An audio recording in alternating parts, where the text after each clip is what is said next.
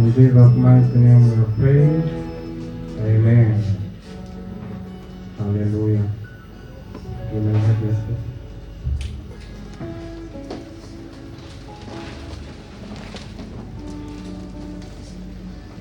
This is the day that the Lord has made. We shall rejoice and be glad in it. It is a blessing to be in the house of God. Before I start, can you greet your neighbor, the one to the left, the one to the right, the one in front of you, and the one who is in the back? Tell them, welcome to the house of God. Welcome to the house of God. Hallelujah. Hallelujah. Indeed, it is a blessing to be in the house of God. So, before I start, let us bow down our heads and pray. Father, we thank you for this day. Father, we thank you for your presence. Father, we thank you that we have gathered in your name, and we know that you are here, Lord. So, Father, as we are diving into the main preaching of God, Father, we are asking you to lead us as we sail through. Father, be with us. Father, continue to guide us and let the Holy Spirit speak to your people. For I am just a vessel. Father, use me. In Jesus' mighty name I pray. Amen.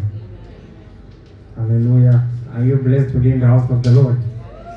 If you are blessed, just shout or give a mighty clap to the Lord. Whatever you can do, I know you can do better. Hallelujah. Amen. Amen. It's good to be here. Praise be to God. And the book of Isaiah chapter 7 verse 14 says, and therefore the Lord himself shall give you a sign, and behold, a virgin shall conceive and bear a son, and shall call his name Emmanuel. Hallelujah. Which is translated to say, God with us. Amen. As we are moving with our theme of this month, the theme we say is the month of open heavens. Hallelujah. I believe that the heavens have already been opened. Now we have to encounter the presence of God. Hallelujah. So I entitled my message for today, the presence of God. Hallelujah. Emmanuel, God with us. So I don't know if I have much time, but I'll try by all means to finish as well as possible. Amen. So first and foremost, I would like to define what we mean when we say the presence of God. It actually means the condition of being within sight, call, or at hand.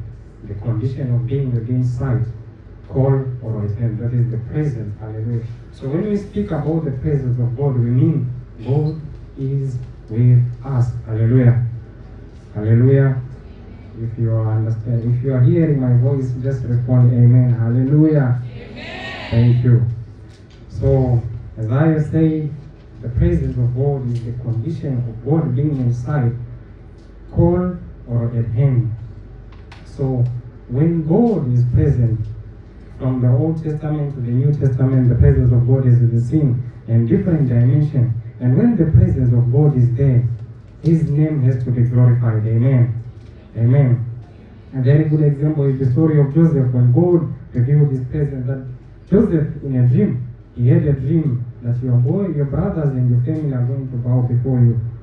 But when God is present, there is also a process. Hallelujah. When God is present, there is a process. Amen. So let us look at the book of Exodus, chapter 3, where we see the presence of God being seen there. Chapter 3, from verse 1 to 2, says, Now Moses kept the flock of Jethro, his father-in-law, the priest of Midian, and he led the flock to the backside of the desert, and came to the mountain of God, even to Horeb.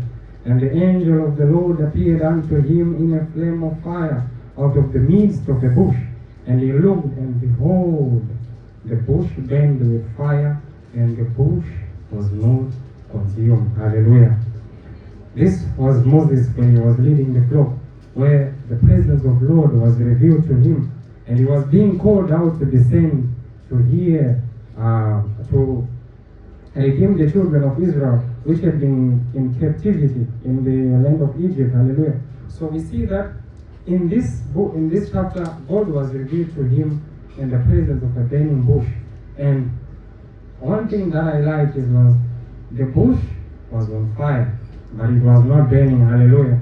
When God reveals Himself, He reveals Himself in a manner that we cannot perceive. That because He is the one who said, I am that I am. The Jehovah Nissi, Abba, our Father, the Rock of Ages, the one who lives forever and ever. When He reveals Himself to give us direction. Hallelujah. Amen. Amen. So I'm going to be, I don't have points actually, but I hope as I go through the message you'll try to understand. Hallelujah. So moving on, this was the presence of God which was seen in the form of a burning bush, but the bush was not consumed. Hallelujah. So let me go on further, at least you will understand. Exodus 18 verse 21 to 22, it says, it was Moses who was being commanded after all the Lord had shown Himself to the children of Israelites, and after He had done the miracles to the children of Israelites, and Pharaoh had let them go.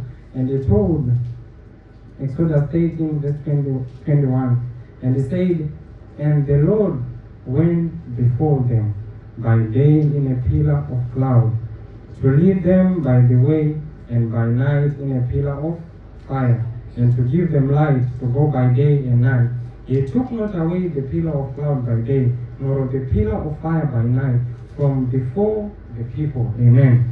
So, in this verse we see that the Lord was being present in the form which was sight. The people could see the pillar of cloud by day and the pillar of night in the evening. Hallelujah. So when the presence of God is there, He leads you, and you can see, you can perceive. Sometimes you might not be able to see it physically, but you can feel it, that the Lord is here. When the Lord is present, after the opening of the heavens, the Lord has to be seen, and He will be with you day and night.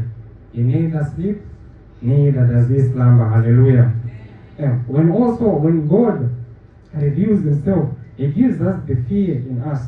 But this fear is not to cause terror in our hearts or in our mortal bodies, but this fear is for Him to be glorified. When Moses, in Exodus 25 verse 10, Moses was instructed to build an ark, and this ark actually signified the presence of God. Hallelujah. Hallelujah. Thank you. This ark signified the presence of whom? Of God. So, after the ark was constructed, it signified the presence of God. This was God who was going to be with them as they were going to journey from Egypt up until they reached Canaan.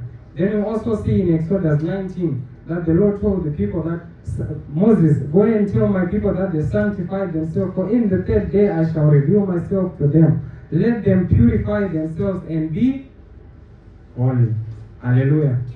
And when they were holy, the presence of the Lord was seen.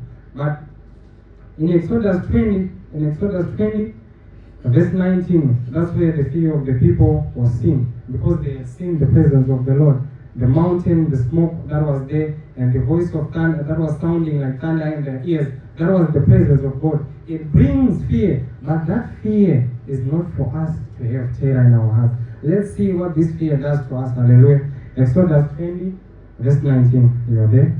And Moses said unto the people, fear not, for God is come to prove you, and that his fear may be before your faces, that ye sin not. Hallelujah. The presence of God is going to give you fear, that ye sin not.